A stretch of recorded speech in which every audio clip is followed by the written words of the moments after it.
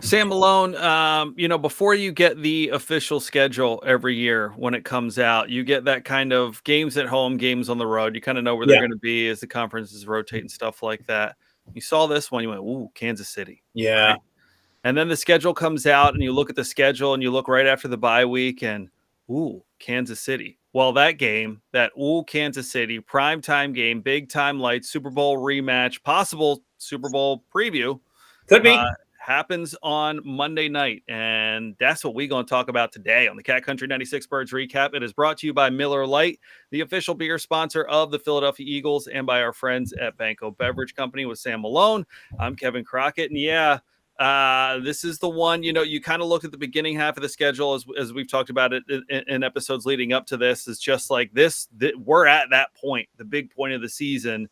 And here it is, Monday Night Football, Kansas City. How you feeling? Revenge. I know that word has been thrown around a lot. Here's the way I look at Super Bowl rematch, this that. I look at it as, are the Eagles better Monday night than they were during the Super Bowl? Are the Chiefs better Monday night than they were this time last year? A lot of times I look at that and I say, I think the Eagles, hey, 8-1, I get it, and the Chiefs are still good. I think the Eagles might be a little bit better than they were during the Super Bowl. I know that people can disagree with me if they will, but I think they are better than they were last year against the Chiefs. I'm saying not to. I think they'll be able to handle Mahomes a little bit better this year than they did last year, even in the Super Bowl. So I look at that and I say, all right, maybe the Chiefs, looking at their offense this year, maybe their offense isn't as good as it was last year at Super Bowl point. So I think the Eagles could win this game. It'll be a very close game. Nothing ever comes easy, as we know, but it'll be a very close game. I think the Eagles have a really good shot at finishing this game and going 9-1 and continuing their stretch of tough football. This is going to be a huge test. You're not going to stop Travis Kelce. You can contain him. You can limit the damage. He's going to have a good game. Of course he is. But I think the Eagles can pull this one out. I really, really feel that way. So there's two elements that to me were very intriguing to think about coming out of the bye week Mm-hmm. for the Eagles. One is you finally have a secondary, a back seven, really. Nakobe Mm-hmm. Dean goes on IR. They had been Yeah. rotating linebackers there. You finally have a back seven that is healthy and available.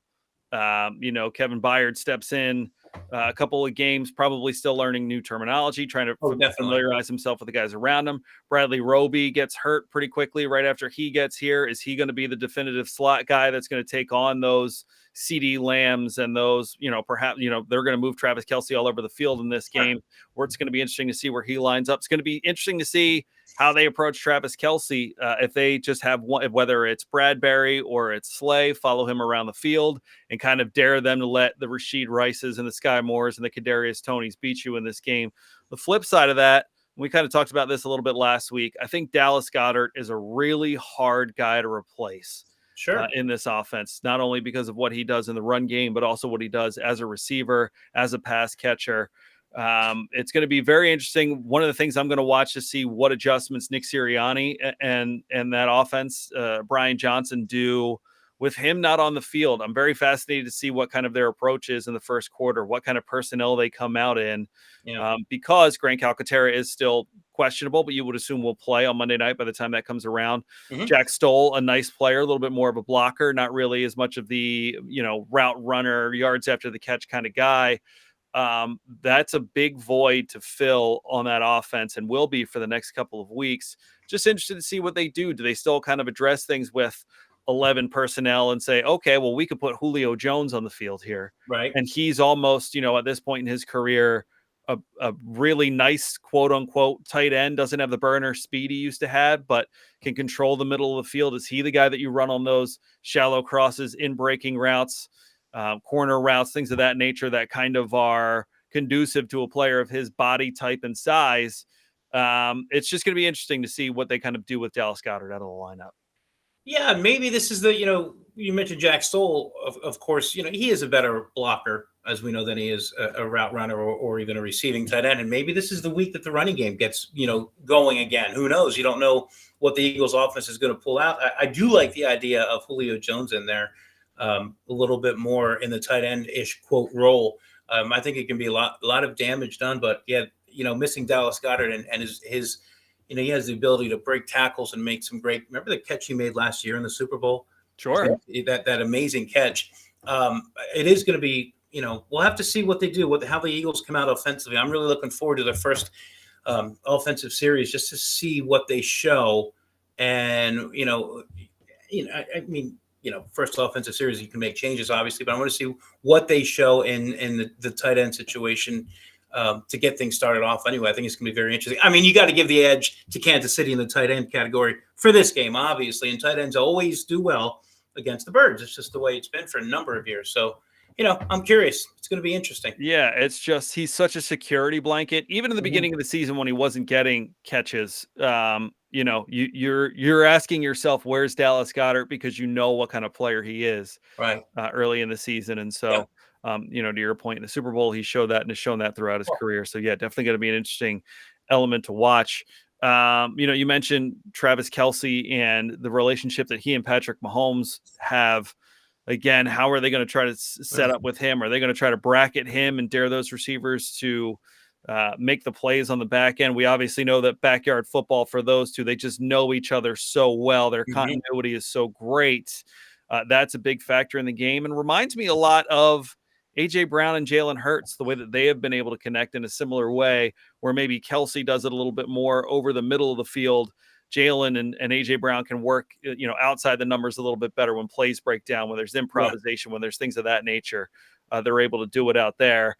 AJ Brown already over 1,000 yards this season, which is amazing. Certainly a player that we're going to continue to watch going down the stretch. I mean, we talked about T.O. a little bit last time, Mhm. and our Eagles fandom goes back pretty far, and there have been some good wide receivers. Is he the best? Is he the best wide receiver that they've had in your time as an Eagles fan? Because man, he is. I think it's one of those things that we're going to look back at some point, and Mhm. hopefully these two young players have a long stretch of time together, and they might be up there with if Mahomes and Kelsey were to take their helmets off today and hang them up, their first ballot Hall of Famers. Sure there. Yeah. And Hurts and AJ Brown have shown that kind of communication, continuity, understanding of one another. So I'll ask you: is AJ Brown the best wide receiver the Eagles have had? I've seen a lot of good ones. I've been around for a lot of good ones, but he might be. I mean, look, I remember the Harold Carmichael years, and Harold Sure. Carmichael had he didn't have the strength necessarily as AJ Brown. It wasn't as big as AJ Brown, but Harold had the height against a lot of defensive backs, and and Jaworski knew exactly where to place the ball many times with Carmichael, and then we had Mike Quick years, a lot of the Mike Quick stuff and the TL, but he might be. I think if we give AJ Brown one more year here, we can say, you know what? I think I don't want to call it just yet. He's on the verge of becoming the best we've ever seen in Philadelphia. I'll give him one more year. If he has a year similar to this year, next year, I say, you know what? We're witnessing the greatest receiver in our time in Eagles history. Yeah, but one more. I have to give him one more. Yeah, I think that's fair, and I think the longer they do this together, and the longer Mhm. they can both stay healthy, that they Yeah. could really make a huge impact. So, yeah, it's going to be fascinating. The Eagles' approach defensively, how they it's one of the big things for me is the continuity in the back end. But now that there is, I really do think, as people have said, maybe X, Y, or Z about Slay or Bradbury and a slip up or a step back, or I don't think it's necessarily those things as much as I think it's communication, understanding. Yeah. I think part of the reason the turnovers haven't been there this season is because you're you're you're trying to protect yourself from making a bad play because you're not sure if the guy next to you is going to be ready to go behind you if you Right. do take a risk, if you do jump a route, if you do try to do those things. And that's not necessarily a knock against any particular player. It's just been that there's been such a rotation in the cast of characters back there that hopefully now it settles down a little bit, because that to me is the key going forward. And the one thing that I think the Eagles are missing right now is, look, they were historic last year in their ways of getting to the quarterback.